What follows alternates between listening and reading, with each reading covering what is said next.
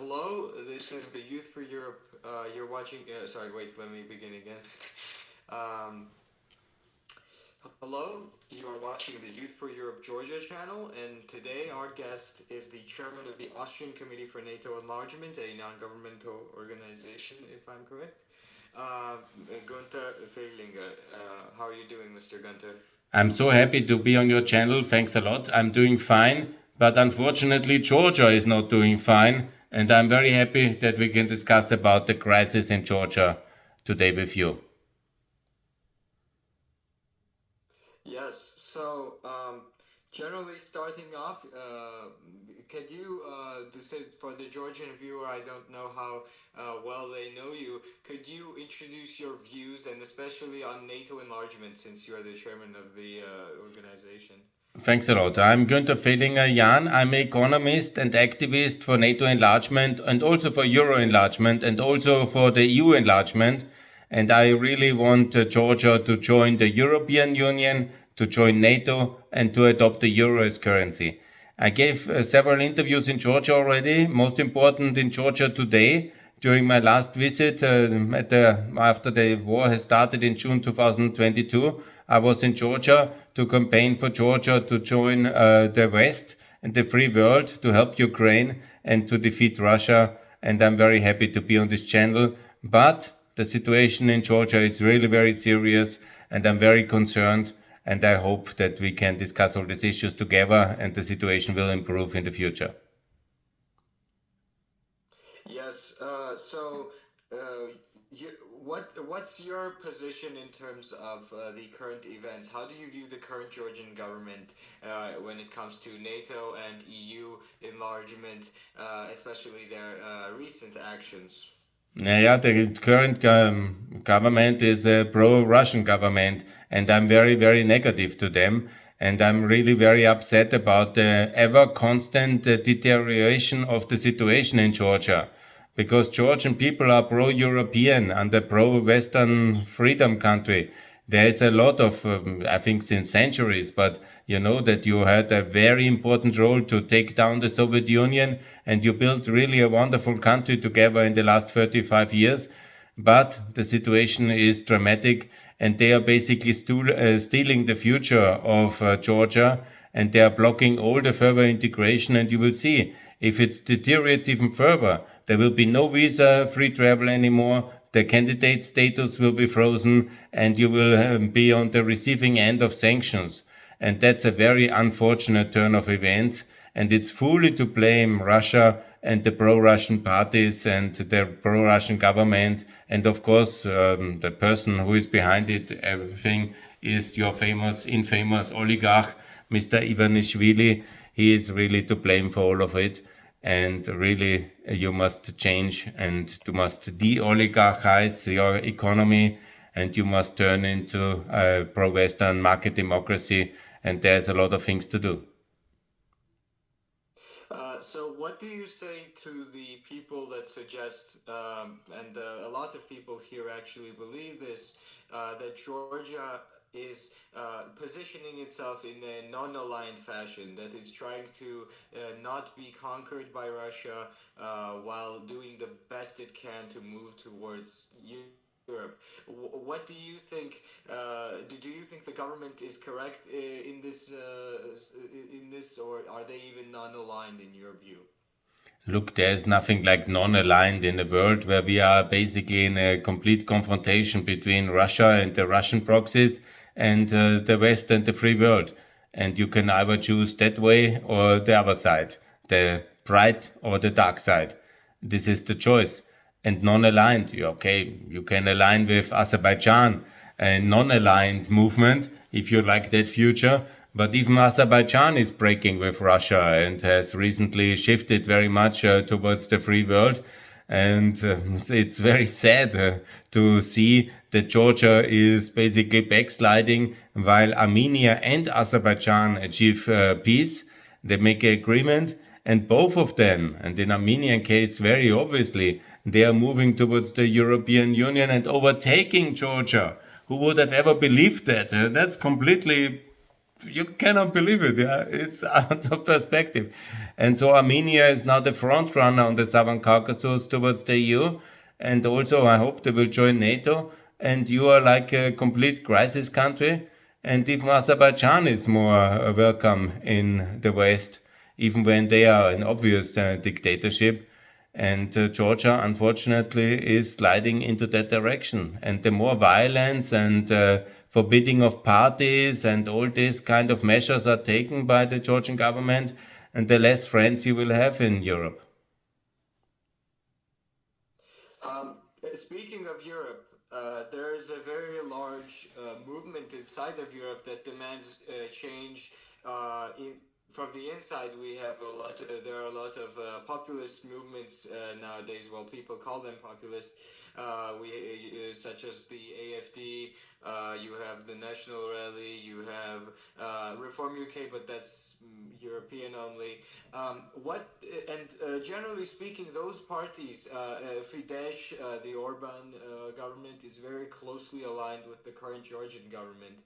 Uh, what do you say to those parties who suggest that Georgia is trying to remain sovereign in this case? Orban has recognized the Georgian government. And he has had repeated visits. What do you say to the European leaders inside of the EU who say Georgia is not, in fact, moving towards Russia? Look, most of these so-called populist parties, they would disappear without Russian funding, media, and political support. And their whole appearance on the European political stage can be one-to-one explained by the rise of a revanchist Russia, irritantist Russia with all its economic means since 2008, 2014, and extremely since 2022.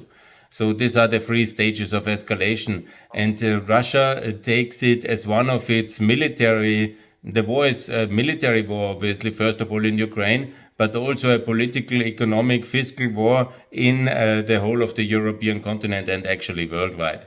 So the rise of the populists is connected with Putin's revenge campaign, and he uses these parties as his tool of power to control the societies and to put pressure on the centrist parties of the left and the right in order to put a lot of pressure on the politicians. Yeah?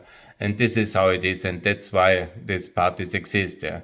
And when you see Orban and his very specific policy towards Georgia, it's one-to-one explained by the 2014, 13 and 14 visits of Gazprom, Miller and Putin and all the contracts towards gas, oil and nuclear power in Hungary, which made Orban very rich, which made Hungary flooded with Russian oligarchs and oligarch money and money laundering and energy projects. And of course, in the consequence, his oligarchic elite got relatively rich as well. So situation is that we have a really big crisis here. And then he goes to Hungary to support the other proxies of Putin. And that's the situation. So you don't have to think that Orban speaks for Europe, which is the problem. He speaks for himself and his proxies and the small group of, let's say, call them bullies, like Fico from Slovakia, Babis from the Czech Republic, and others, which are the problem here. And so, please, next year he's anyhow out of power because he will be defeated in the parliamentarian elections of the spring 2026. So don't give a damn on him. Yes. However, there are poll numbers suggesting that these populist movements are, in fact, gaining a lot of popularity. Opinion polls in Germany, in France as well, indicate that, well, maybe not the majority, since Europe doesn't have a two-party system mostly, but a very large number of people are still supporting, or well, they are now adding to the populist vote. So, considering their true vote traction, like, do you think this will immediately stop, or how does this end? Like, do they lose, or what happens? Like, what's the sort of future in this Look, for the let's parties? stay concrete, Alexander. The situation is in Germany. We just had elections, and it was the CDU is winning, and it was forming a government with the Social Democrats, and they are a government which is now paying 9 billion euros yearly to Ukraine to keep Ukraine strong and fund it in order to win the war. So we have won in Germany. And now in between, the AfD, supported by Russia, has a little bit of an increase. Yeah, okay. But when the elections come, the Germans will be reasonable again, and we have hopefully won already the war. That would be really very important. And secondly, when it comes to Germany, we were very close to have the crazy populists in government at the beginning of this year, but we avoided that crisis as we formed a very strong pro-European government with a broad majority. And of course, things are not so easy because Putin knows exactly where the pressure points in our societies are, where the fears are, because he is obviously coming back to Georgia. He's obviously threatening always war against Georgia because this is the platform of the Georgian dream. And they are basically saying we are closer to Putin and he will not attack us if we don't provoke him, so better vote for us. So that's the short version of their deal because the Georgians are afraid that Putin comes over the Caucasus again, like in 2008. Yeah?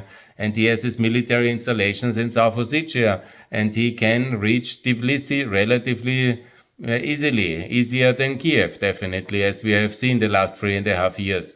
But I tell the Georgians, don't be worried, because now he is already so engaged in Ukraine that his possibilities to start a second war is basically not given. And your army is also much better equipped than in 2008, so you will be able to withstand. So the point is, yeah, it's all about intimidation and bullying nations. This is what Russia does. Internal and external fear should lead to the rise of the internal and external enemies. But the first thing we have to lose is fear.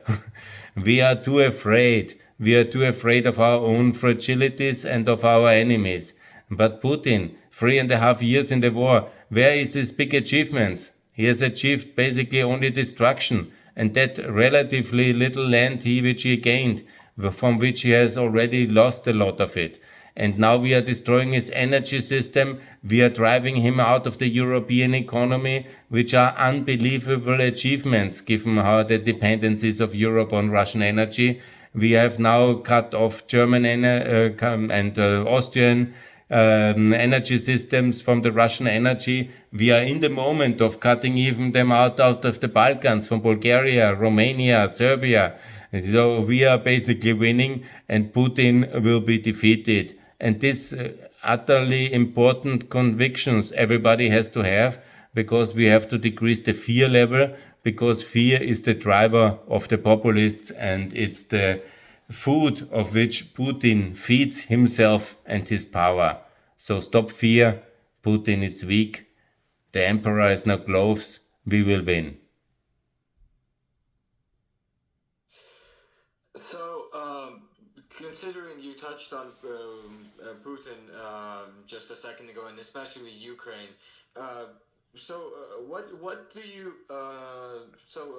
the policy? You are a clear supporter of Ukraine, of course, of its current of its current state, of it being as always with Crimea as recognized internationally, and of course a clear supporter of you supporting Ukraine from Europe. What's your argument? What is your main argument? Because for supporting Ukraine, just to voice it again, because a lot of European parties that you mentioned are funded by Russia. These are okay. These are sometimes true allegations because they are real cases. However, they also have a clear platform and people who believe in them. How would you dissuade? How would you change the minds of the people who say that sending money to Ukraine is a waste of money, sending aid to Ukraine is a waste of money, and that this is done to profit off of the war, and these other arguments that are being made? Look, there are so many crazy people on the internet. Some even might say I'm one of them, but I think I'm very reasonable. And you can always say something when the time is long and the afternoon is a little bit boring. You can say many things. But it's utterly clear that Ukraine is a European nation. It's utterly 100% clear that Ukraine can choose its own destiny like any sovereign nation. So Ukrainians after 2004 and 2014, yeah, and especially after 2022, they have chosen that they want to do nothing with Russia. They want to have nothing to do with Russia because Russia is killing them. And I think it's very human to understand it. And you can explain this to everybody. The Russians are attacking you, they're killing your children, they're killing your wives and your whole population in these occupied territories, and the situation is quite dramatically. And so the Ukrainians are ultimately absolutely justified that they don't want to have anything to do with Russia, and so they choose where to go. They have no alternative but the EU and NATO. They have already decided that in 2006, 7, 8, in 2014, in 2022. So who are we not to support them and not to allow them in? This is a European country. They want to join us. They have made their decisions. They are absolutely entitled for these decisions. So let them come in. This is the task of the European Union and of NATO. It's not a club of the few rich countries which were liberated by the Americans after World War II. It's not only the countries of Central Europe which were liberated from communism in 1990. It's for all Europeans, and the Ukrainians have the right. So they have the right. It's our duty to get them in. So let's get them in. The Russians are now trying to stop it by military force. So when your friend and your future member is attacked by military force in order to stop you to join from our club, then we have all the right to support them by military means. We are not talking about sending our Austrian or German or Italian children to fight in this war. But the Ukrainians fight this war, which is absolutely justified themselves. So what is our duty here? Is of course to encourage them, but also to support them. How we can do it? As I said, the Ukrainians are a big nation. They have the fighters and the warriors to defend them, and they are much more competent than when we would also launch around in Ukraine. But what we can do is mostly, and first of all, is money. And we have sent money, we will send more money, we will send whatever it takes for Ukraine to win, to be liberated and to be integrated. And everybody who thinks that this is a waste of money, then I say, okay, send your children or go yourself. Huh? If you think money is not good to send, and then please go yourself and do the hard work the Ukrainians do at the Eastern Front yourself. So here is the answer. If we don't send money, we will ultimately have to send ourselves and fight ourselves against the Russians. And that's, I think, a worse choice for us. And so it's much better to send financial means. And we are a rich continent. If we have 1 trillion of debt, more or less, in America or in Europe, this doesn't, on the bigger picture of things, not change the things, because we are very productive economies, because we are free. And here's the good news. If Ukraine joins us, they will be also part of the free internal market of the European Union, and they will make us as well rich and themselves rich as well. So we will be able to repay all these costs of this terrible destruction which Russia has done over time. That's why we have financial markets. That's why we have debt instruments. And we will simply do it as we have always done it. We will win this war and we will get rich together afterwards again. And so you can even, if you are only interested in financial means and you have no aspect for morality, Christianity, civilization, human rights, and the rights of international law, if you only think about finances, then you can even say it's a good business case because the Ukrainians are a uniquely talented nation. They are like Israel of the East, and they really know what they're doing in competence of technology. And you see, because they don't have not held the front for 3.5 years and basically defeated Russia because we sent them something, but because they really wanted it and they were ready for the sacrifice, and they are extremely competent. So it's a good cause, it's a good investment, and it's simply ultimately the right thing to do. And we will not cave in to the Nazis. We have not caved in to the Nazis in World War II. We have not caved in to the Soviets in the Cold War. And we will also not cave in to Milosevic in the 90s. And we will not cave in to Putin right now. And why should we? Because he's a grumbling old man in his death throes. He is very brutal. And why should we give in? We have to stand our system. We have to defend our system. Otherwise, it's worthless. And our system is not worthless because our values count. We believe in humanity, in human rights, individual rights, property rights, freedom, democracy, markets. So let's defend it. And the costs are high, but the potential loss would be even more catastrophic for our system. So we are ultimately forced to win, and Putin will be defeated, and he will be dismantled afterwards. Him personally, he will definitely not survive his fall, and he will also then splinter in many smaller countries, and United Russia is no longer in our interest. And you will see that this will be the future, and you will see it here in this channel. If you invite me again, I will talk about all these things in the next year as well, and you will see my prophecies of the future will come because Russia is a very weak, fragile tyranny in his death throes, and you will see our victory is on the way. Thank you for the answer there. You touched on Russia being destroyed into fragments and not being a country there. In fact, this is one of your trademark, let's say policies or statements that you make, the Xing of certain countries. How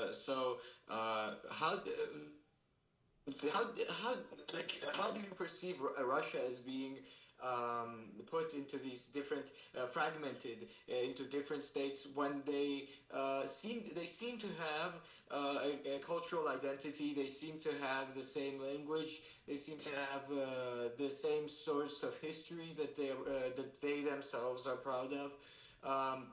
How do you see these countries breaking down so easily? Like, what would make them break down so easily? What's your view?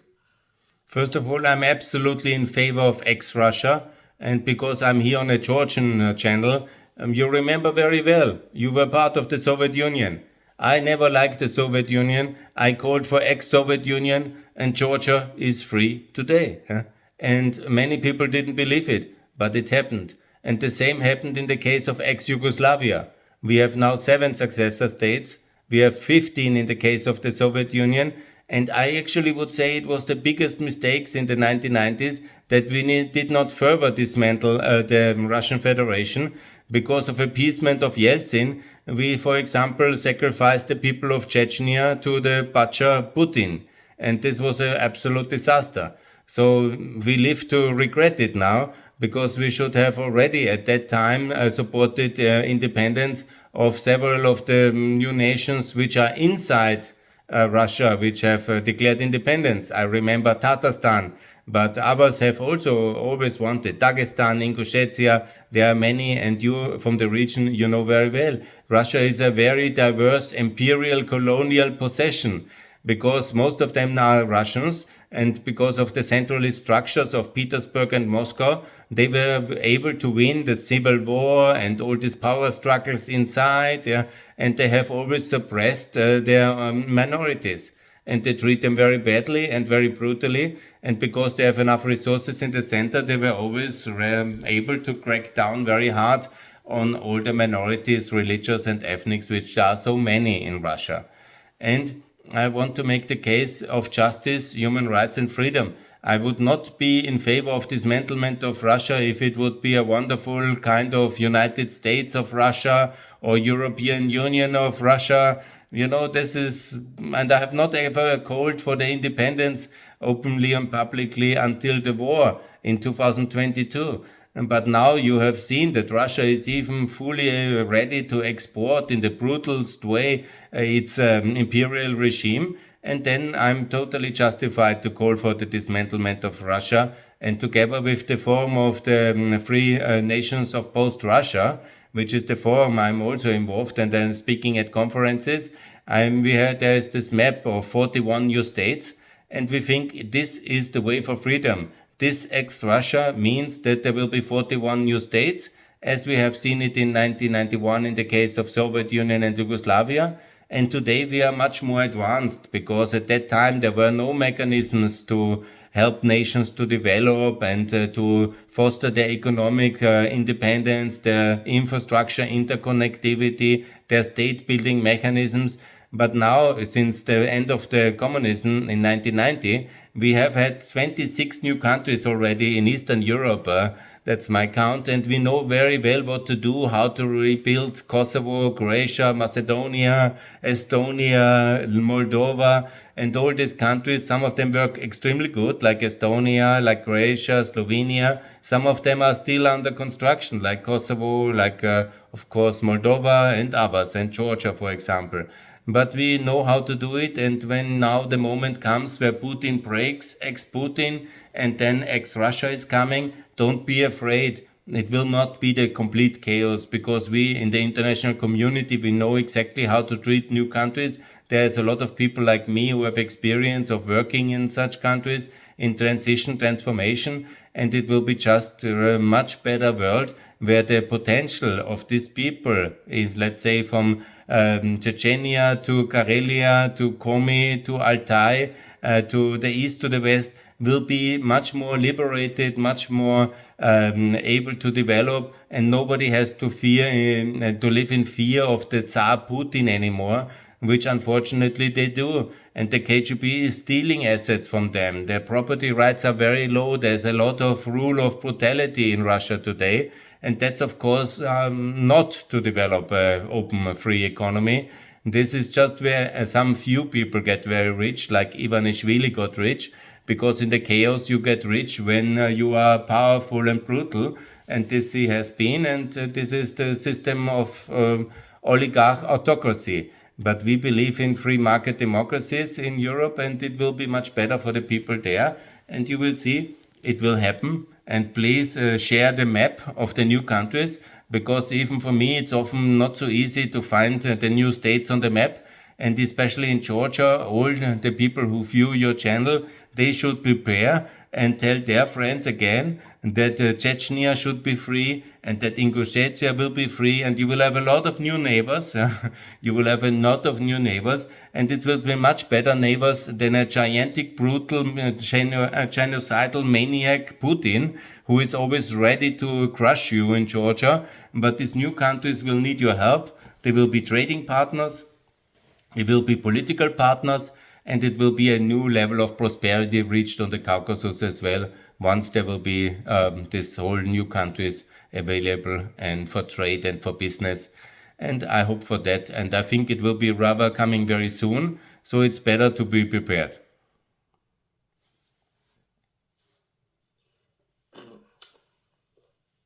So, you, like you said, it's justified, of course, and it's you said that you didn't call for it before 2022, right? Ex-Russia. Um, but like how, like just generally from the historical perspective, from World War I, we saw that punishing what historians often blame World War II and often blame the rise of the Nazi Party in Germany on the tremendous terms that were given to Germany in after World War I in the Treaty of Versailles. Don't you think this might provoke the same type of response from a future dictator that would try to revenge Russia. I mean, Putin himself is trying to.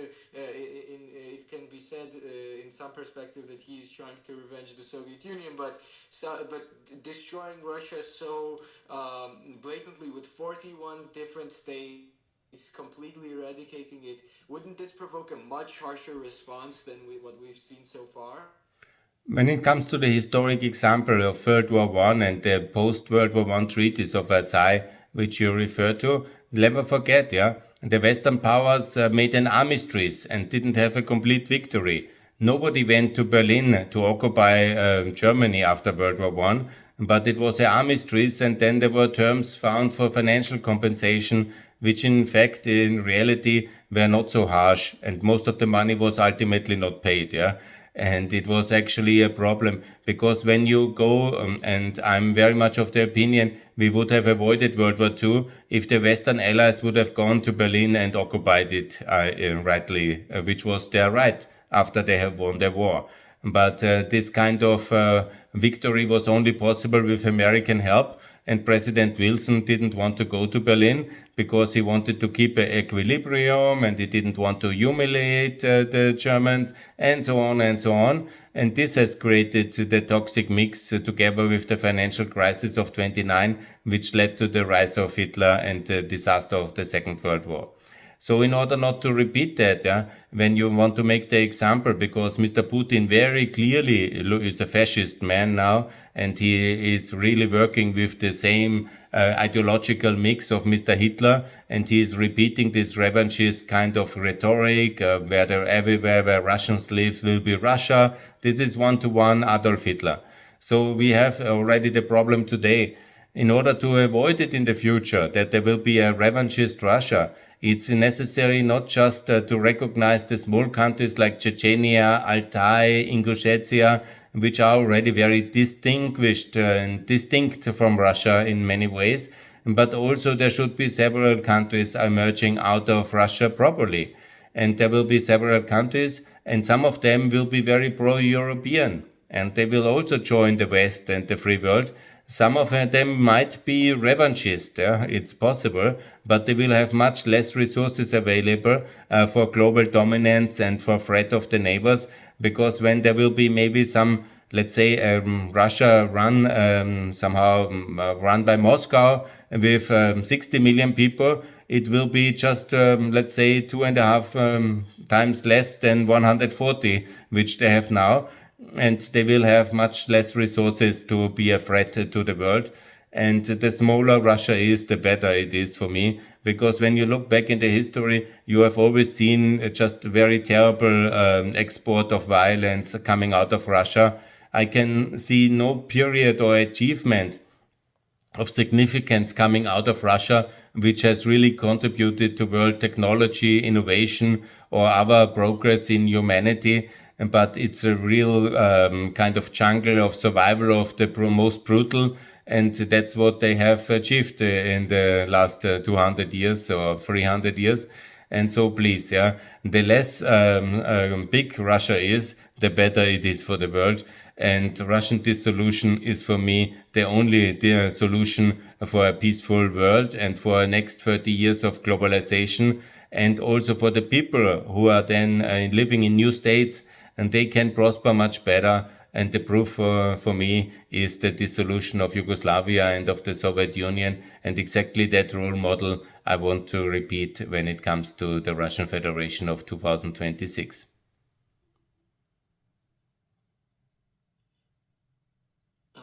So, yeah, so you mentioned Xing, just to cover the topic of Xing again. You came under fire a lot of and under a lot of controversy after you suggested India should be Xed.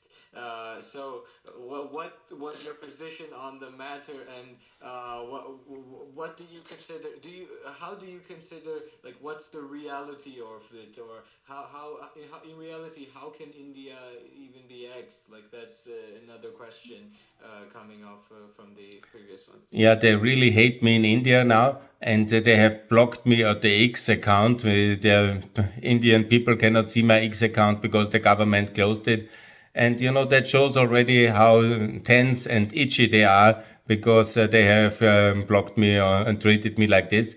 I became national news after Mr. Modi kissed the ring finger of Putin and submitted to his supremacy in this Shanghai Cooperation Council summit just end of August. And I told that this is totally unacceptable for a world leader to call Putin his best friends when Putin in reality is a genocidal maniac. Yeah?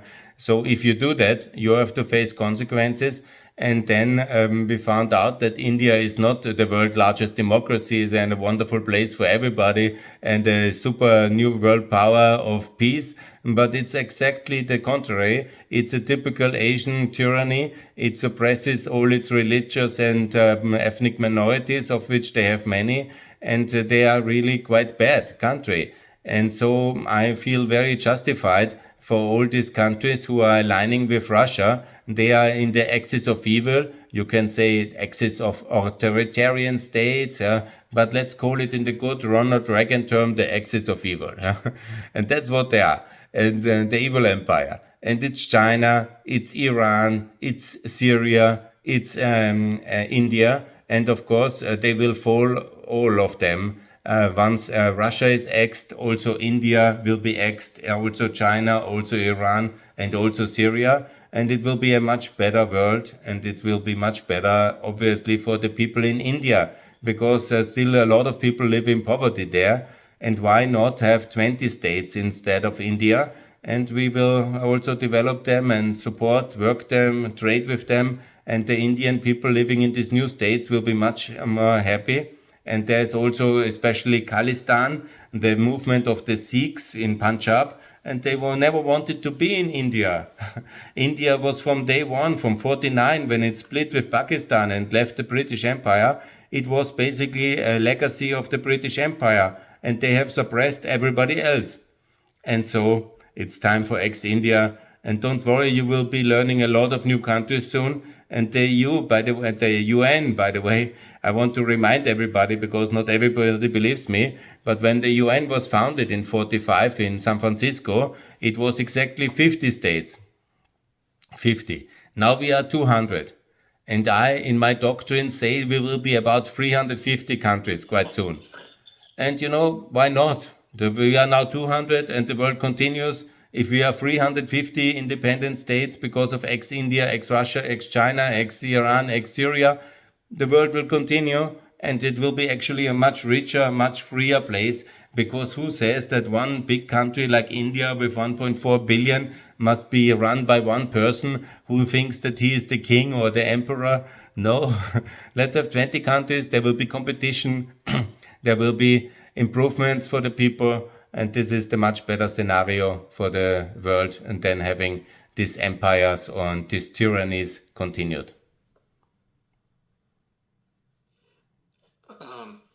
One thing. You mentioned here. You mentioned that there were 50 countries in the beginning of the UN, and now there are almost 200. Weren't most of those countries from decolonization of, for example, Africa, the Middle East, all of these different territories that were given up willfully? Of course, you have the Soviet Union, but no other larger event for me comes to mind when talking about the dissolution of countries. Do you think that it's like a reality? Do you really believe that it could happen? That, for example, India, which, let's say, India nowadays, people would argue, and I guess from Modi's popularity, it's quite arguable that they have a nationalistic sentiment today. In China as well, it seems like it.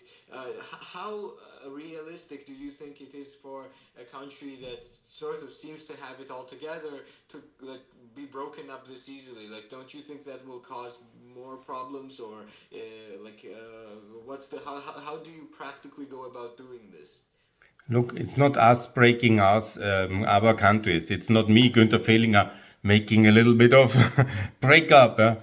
It's the internal fragilities of these countries, and it's them aligning with the dark power and with Russia basically, and their own centrifugal internal forces. It's the independence movements of the East Turkestans in China, of Tibet in China, of other regions which don't want to be under centralist government. Yeah, they don't want to be run by communist fucks. Yeah, and so that's the situation as well in India. There is religious and ethnic minorities which don't want to be run under a Hinduist dictatorship. Yeah, and that's what they perceive it, kind of a majority dictatorship. Yeah, of course, India is not as bad as Russia, but Russia is the main problem in the world.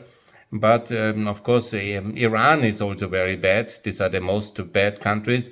India and China might turn into federations, but that they have to reform is absolutely clear, because what will happen after Russia falls? Nobody will support them anymore with weapons, technology, and backing in the UN. So they will have no to align with the West in terms of more freedom, more democracy, more markets, and their internal frictions will then increase. Yeah, because everybody will see, Russia falls apart. Why should not the other countries fall apart? And how we manage that, because your question is always around, will there be civil war, will there be breakup wars? It's possible, but we can assist countries in breaking up because we have all the mechanism. We can faster recognize the new countries. We can assist them with border demarcation. We can assist them with currency stabilization. We can assist them with fiscal stabilization. We can really manage that process in a negotiated way, because it's also a question of the internal borders of the new countries. So when we engage and say that's possible, it's absolutely doable. And the worst thing is we look away and we do again like we did it twice with Chechnya. We let the Russians bomb and destroy a nation, and then we say, after all are dead, or only half are dead, we say, yes, now it's stability again. I mean, this is not a really good option, in my view. It is one stain on the world conscience that we allowed that to happen, just because we wanted to make great business with Yeltsin, and we hoped that he is better than the communists. And then what happened? Anyhow, the KGB guys won the civil war, and Putin was imposed in 99 by killing all the Chechens, or many of them. So this is, I think, a very bad way to do it. And I think it's much better to work along the side that we really believe in the self-determination of people. And if the Chinese want to stay together, it's fine. If the Indians want to stay together, it's fine. But the moment they use then massive internal force for the unity, that means they really start to bombing nations like the Serbs did against the Albanians in Yugoslavia.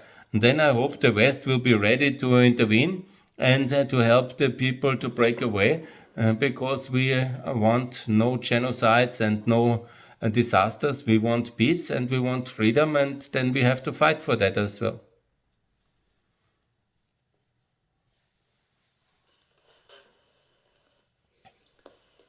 Yes.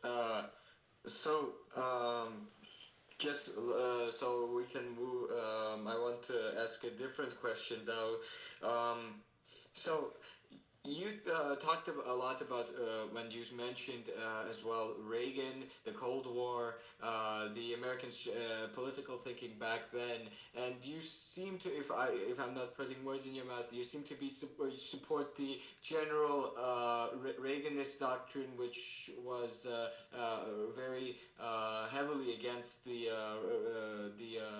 Soviet government at the time, and how do you view like the continuation of the Reagan movement, as it is often seen like the neocon movement? How do you view it? Do you consider yourself as a neocon, or are you more than that, or what is your evaluation of the modern neocon movement as well? That's the second question I have with that. Look, these political terms can be always used negatively, positively, describingly, but I'm a transatlantic person. My belief is freedom. I base this on Christianity, but it's also not a religious movement, but it's a movement based on freedom, the property rights and individual rights, and the respect for democracy and for the rule of law. So you can, of course, say neocon, neoliberal. I'm happy because on Twitter, everybody can name me something and everybody, there's such a broad variety of names. It's fine for me. Yeah?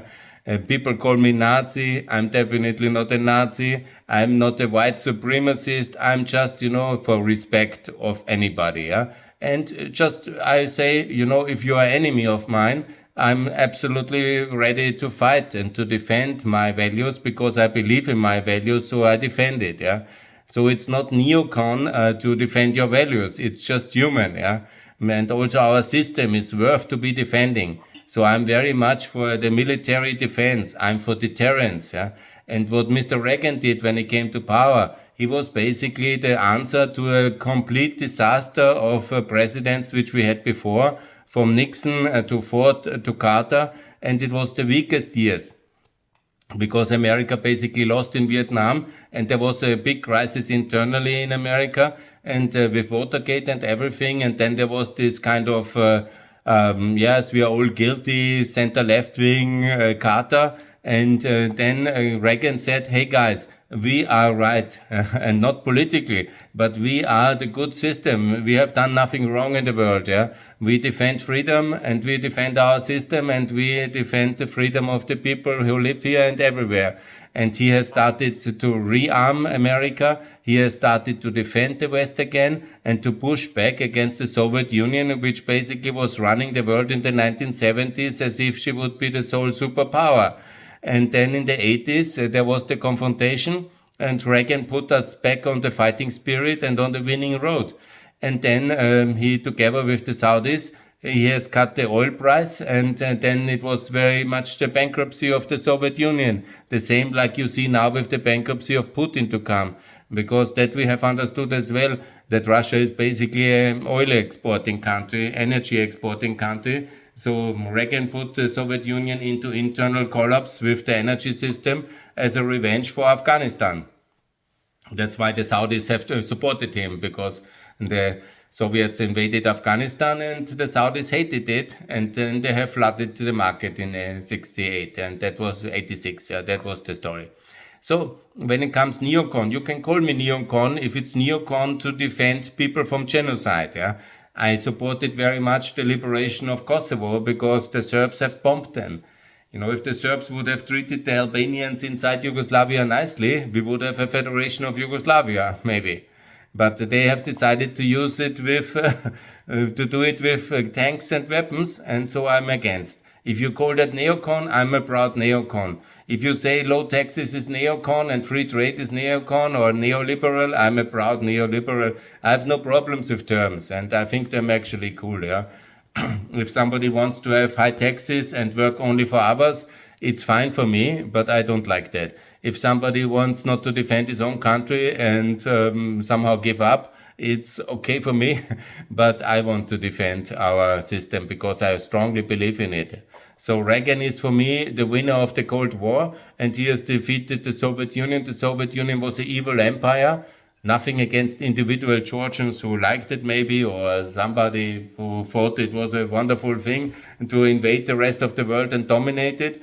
But I don't think it was a very wonderful thing. And also I have seen myself, the Soviet Union, what it left over in Ukraine, Russia, Georgia. I know also from Moldova. I know also Estonia. And actually Estonia, I think the German settlers of the medieval ages have left more nice things than the Soviet Union has left to Estonia. I think I can say that because I know Tallinn, the city is very nice, but this is all ancient. Yeah. When it comes to Ukraine, the Soviet Union has only left the railway system. Okay, that is okay. Electric system, yeah, some electric system, and nuclear powers, which work so-so. From time to time, they don't work. Yeah. But the rest is just total shit. The Soviet Union is a real producer of shit, of defense industry. And when you look at the buildings, you look at what is a civilization? You can say what is a civilization? People and buildings, yeah? More or less, and the other achievements maybe.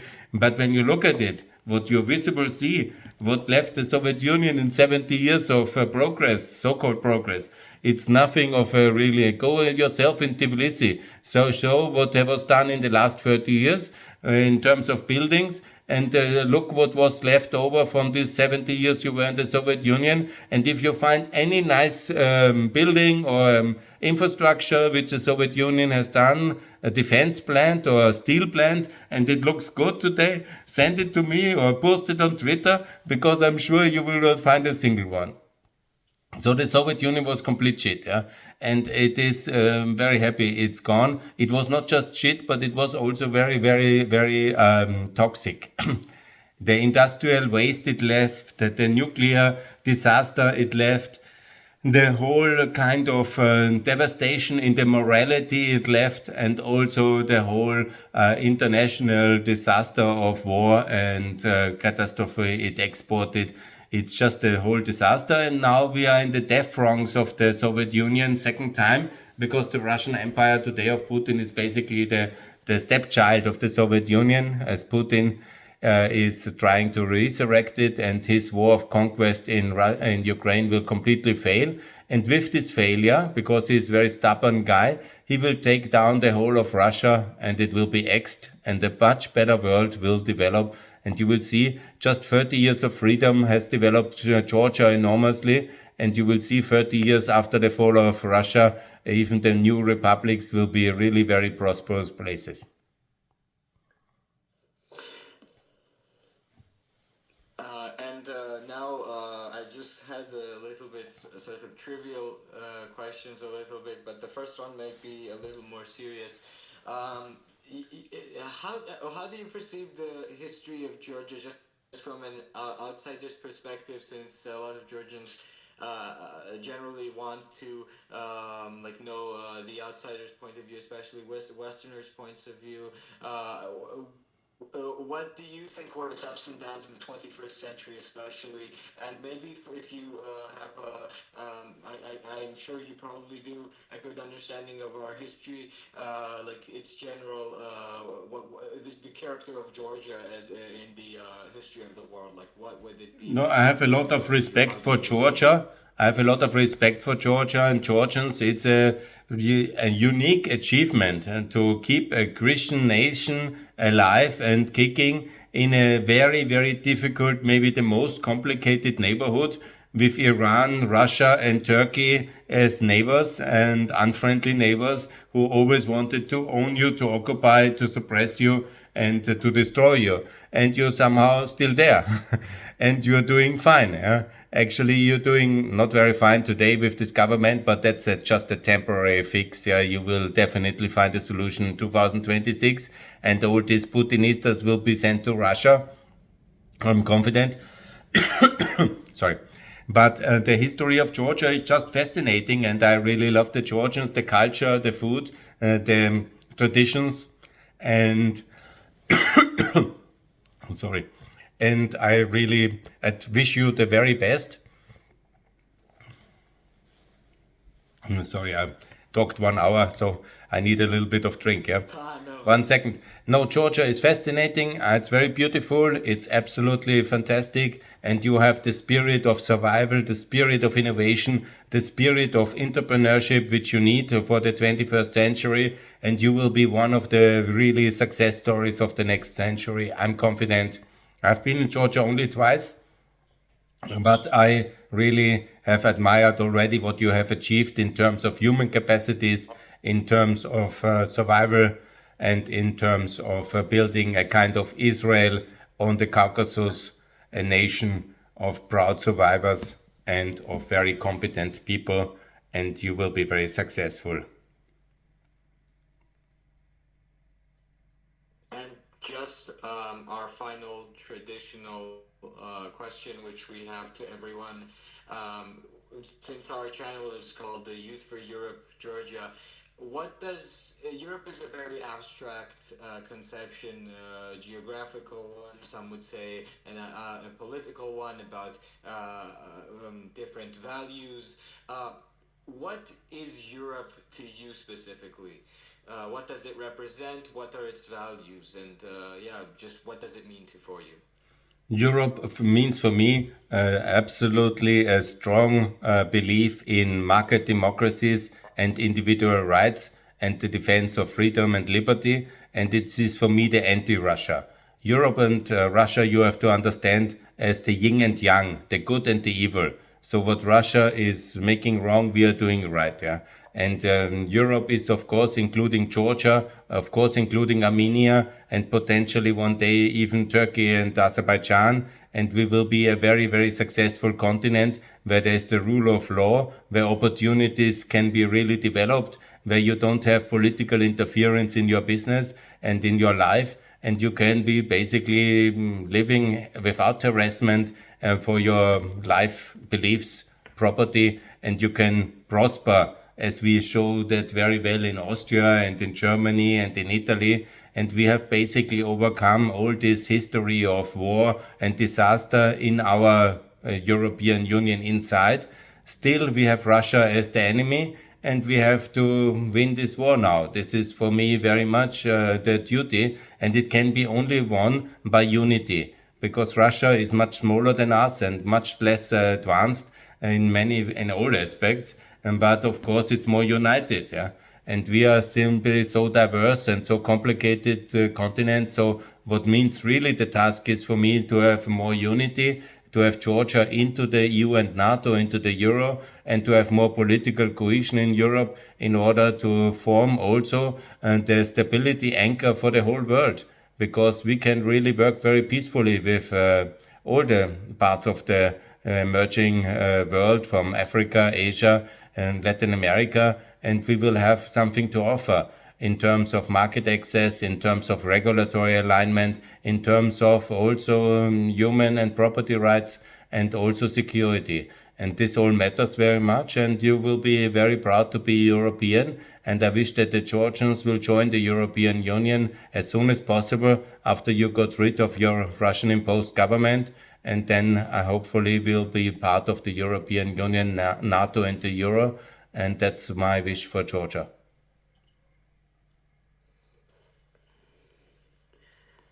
Thank you. Thank you very much for this interview. It's been an honor to have you as on our first actually English. First, this is the first English interview we're doing actually. So thank you very much for being our guest.